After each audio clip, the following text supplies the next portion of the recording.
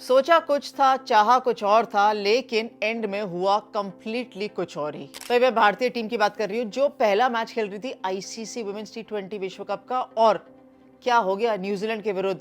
बड़ी सारी बातें करी थी कि न्यूजीलैंड का फॉर्म अच्छा नहीं है, न्यूजीलैंड हमसे ज्यादा समय से खेला नहीं है, वगैरह वगैरह, और हमारा फॉर्म, इंडियन टीम का फॉर्म बहुत अच्छा है। लेकिन वो फॉर्म किसका अच्छा था वो उस दिन पता चलता है जब आमने सामने रहती है टीमें। और क्लियरली जो फॉर्म था, जो परफॉर्मेंस थी, वो न्यूजीलैंड की फार बेटर थी। India completely outplayed against New Zealand.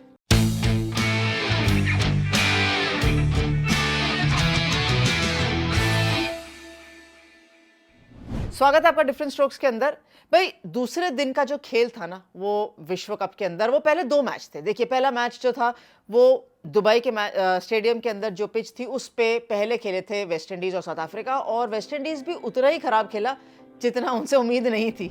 उनसे उम्मीद थी कि कम से कम अच्छा खेलेंगे, हेली मैथ्यूज के साथ स्टेफानी टेलर और डिएंड्रे डॉटन है। तो पहले उस मैच की जरूर बात कर लेते हैं जहां मुझे लगा कि कम से कम साउथ अफ्रीका और वेस्ट इंडीज, जहां दोनों ही टीमें मुकाबले हार कर आए थे कम से कम पहले मैच के अंदर, वहां ऐसा लगा कुछ नहीं खास तौर पर साउथ अफ्रीका के लिए। लेकिन वेस्ट इंडीज को देखकर बिल्कुल ऐसा लगा कि वो बिल्कुल कोई अंदाजा नहीं है उनको कि किस तरीके से मुकाबला खेलना है, और रिजल्ट भी उसी तरीके से रहा। खैर, साउथ अफ्रीका ने बड़े आसान तरीके से जीत हासिल कर ली, और कम से कम जो पिछले विश्व कप के फाइनलिस्ट थे ना, उनके लिए ये अच्छी चीज थी कि स्ट्रॉन्ग जीत हासिल करी। खैर, वो मुकाबला खत्म हुआ और उसके बाद मुकाबला था भारतीय टीम का। इंडिया और न्यूजीलैंड का मुकाबला था, शाम का वक्त था, जहां टॉस जीतते ही कप्तान सोफी डिवाइन ने कहा कि वो पहले बैटिंग करना चाहेंगी। और रन्स बोर्ड पे डालना एक अलग सी चीज है, और रन्स बोर्ड पे अच्छे तरीके से डालकर दबाव डालना एक अलग चीज है। भारतीय गेंदबाजों के ऊपर पूरा तरीके से जो दबाव बनाना चाहिए था ना, वो उन्होंने बनाया, और उस तरीके, उस दबाव को और उस तरीके के खेल को उन्होंने छोड़ा ही नहीं। एक के बाद एक, दूसरे के ऊपर तीसरा चौका या एक बड़ा शॉट और एक आक्रामक रुख जो अपनाया। मुझे लगता है कि भारतीय टीम उस तैयार नहीं थी इस चीज के लिए, खासतौर पर गेंदबाजी, क्योंकि जो पहला ओवर पूजा वस्त्रकर ने डाला इंस्टेड ऑफ रेणुका सिंह ठाकुर, फिर दूसरा ओवर जो रेणुका डालने आई, फिर बाद में दीप्ति शर्मा डालने आई, उनको गेंद डालने ही नहीं दी। एक बात है कि बॉलर्स ने अपनी लाइन और लेंथ पे गेंदबाजी नहीं करी, पर दूसरी बात ये भी तो है ना कि उनको बैटर्स ने गेंदबाजी करने ही नहीं दी। बहुत बढ़िया बैटिंग करके दिखाई शुरुआत के अंदर सोफी डिवाइन से पहले ऑफकोर्स सूजी बेट्स बैटिंग करने के लिए आई थी, लेकिन सब प्लेयर्स ने ब्रिलियंट खेल दिखाया। और एक शब्द है ना कि न्यूजीलैंड बॉस करता है इंडिया के ऊपर, बिल्कुल ठीक कहते हैं। न्यूजीलैंड का रिकॉर्ड 10 मैचों का, 12 मैचों का, कुछ भी उठा के देख लीजिए, और फिर इस मुकाबले का उठा के देख लीजिए, तो लगेगा बिल्कुल दो अलग टीमें खेल रही हैं। जो दबाव न्यूजीलैंड ने डाला, उस दबाव से भारतीय टीम उभर ही नहीं पाई। मुझे अगेन, मैं रिपीट कर रही हूँ, ऐसा लगा कि भारतीय टीम तैयार ही नहीं थी। गेम प्लान ए और बी या सी तक तो वो भारतीय टीम पहुंची नहीं। उनको लगा था कि शुरुआत के अंदर अगर सीम बॉलर्स पिट भी जाते हैं तो कम से कम दीप्ति शर्मा आके रोक लेंगी, श्रीलंका रोक लेंगी, और मैं खुश हूं कि इस आशा मैच में खेल रही थी। लेकिन ऐसा हुआ नहीं। वो थोड़ा सा पीरियड जो था, कम से कम 6 से 10 ओवर के बीच में रन रेट गिरा जरूर था, लेकिन वही एंड में जाते जाते सोफी डिवाइन ने बहुत शानदार तरीके से रन बनाए, और मुझे लगा कि भारतीय टीम से थोड़ा सा ज्यादा दूर ले गए वो टारगेट चेस करने से। जो उम्मीदें थी शेफाली और स्मृति से शुरुआत देने की, वो बिल्कुल नहीं हुआ। एक बार फिर निराश किया। और अगर हम देखेंगे ना कि कितनी बारी हमारे सलामी बल्लेबाजों ने निराश किया, तो खैर वो नंबर ज्यादा दिखेगा दैन वो नंबर जो बहुत अच्छे तरीके से मैच जिताया है। देखिए, बैटिंग करना एक चीज है, लेकिन इस स्तर के ऊपर लगातार प्रदर्शन करना, दबाव लेके, जहां आपको लोग देख रहे हो, भारत के इतने सारे समर्थक आए हों, भारत के अंदर वापस अपनी कंट्री में आपके लोग मैच देख रहे हो, और वहां पर ये स्टेज पर अगर आप अच्छा परफॉर्म नहीं कर पाए तो यकीनन दुखी होते हैं खुद भी, लेकिन टीम बहुत ज़्यादा दुखी होती है। और वो चोट से भारतीय टीम उभर कर आ नहीं पाई।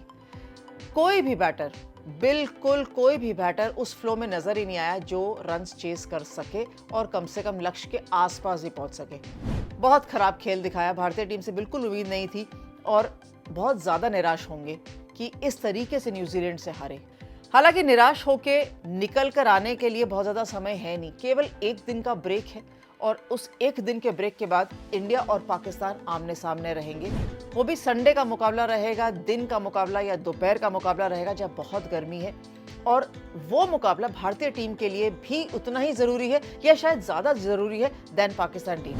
पाकिस्तान पहले मैच में ऑफ कोर्स श्रीलंका के ऊपर जीत हासिल कर आ रही है, जहां फातिमा सना लेड टीम बहुत ज़्यादा रन्स बनाए नहीं थे, लेकिन वो जितने भी रन्स थे ना उन्होंने बहुत बढ़िया तरीके से रोके। और कप्तान पहले उन्होंने बैटिंग से रन बनाए, फिर उन्होंने बॉलिंग करी, प्लेयर ऑफ द मैच मिली। पहला मुकाबला जहां पाकिस्तान टीम को लीड कर रही थी वहां प्लेयर ऑफ द मैच बनी। सो ये युवा खिलाड़ी ने प्रभावित फिर से एक बार और किया है। सो वो स्पिरिट लेके पाकिस्तान ज़रूर इस मुकाबले में भारत के सामने एक स्ट्रॉन्ग चुनौती लेकर आएगा। आसानी से तो पीछे हटेगा नहीं, खास तौर पर तब जब भारतीय टीम दबाव में रहेगी पाकिस्तान के सामने, क्योंकि भारतीय टीम मैच हार कर आएगी, पाकिस्तान टीम मैच जीत कर आएगी, तो जो चुनौती रहेगी वो बहुत ज्यादा रहेगी। देखिए, हेड टू हेड तो इंडिया और पाकिस्तान के जब भी आंकड़े देखेंगे लगेगा कि इंडिया बहुत स्ट्रॉन्ग फुटिंग पर है, और है भी। लेकिन जो स्थिति होती है ना बहुत जल्दी बदल जाती है विश्व कप के अंदर, खासतौर पर तब जब भारतीय टीम हार कर आएगी।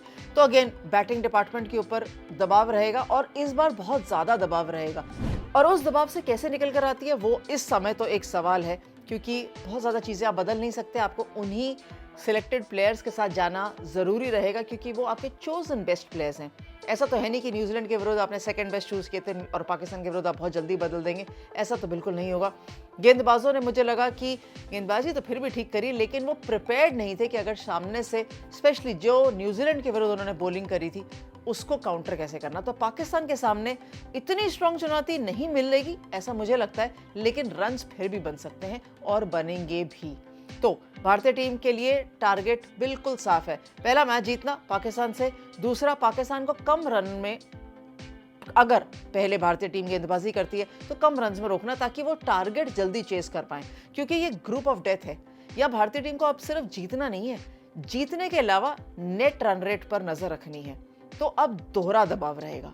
किस तरीके से हरमनप्रीत निकल कर आती है वो तो एक इस समय क्वेश्चन मार्क है, बिकॉज देखिए आप बार बार एक ही चीज़ को दोहराते रहेंगे ड्रेसिंग रूम में ना, तो कहीं ना कहीं लगेगा कि बोरिंग हो गया है, लेकिन ये बोरिंग है नहीं। यहाँ जागृति की ज़रूरत है, और मैं समझती हूँ यहाँ 1 से लेके 11 तक सभी को जागृति की ज़रूरत है कि आप इस टीम से खेल ज़रूर रहे हैं और आपसे उम्मीदें हैं, लेकिन आपको प्रदर्शन भी करना पड़ेगा।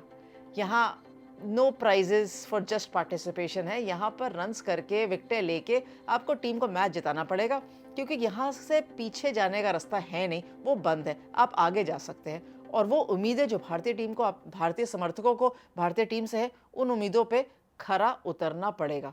ये विश्व कप है and it doesn't get easy from here. Indian team all the very best, because ये सब गुड विशेस की आपको ज़रूरत रहेगी, क्योंकि संडे के दिन सभी लोग इंडिया और पाकिस्तान का मैच देखने के लिए ट्यून इन तो ज़रूर करेंगे।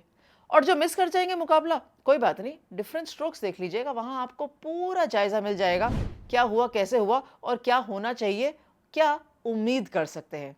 तो thanks very much for watching different strokes.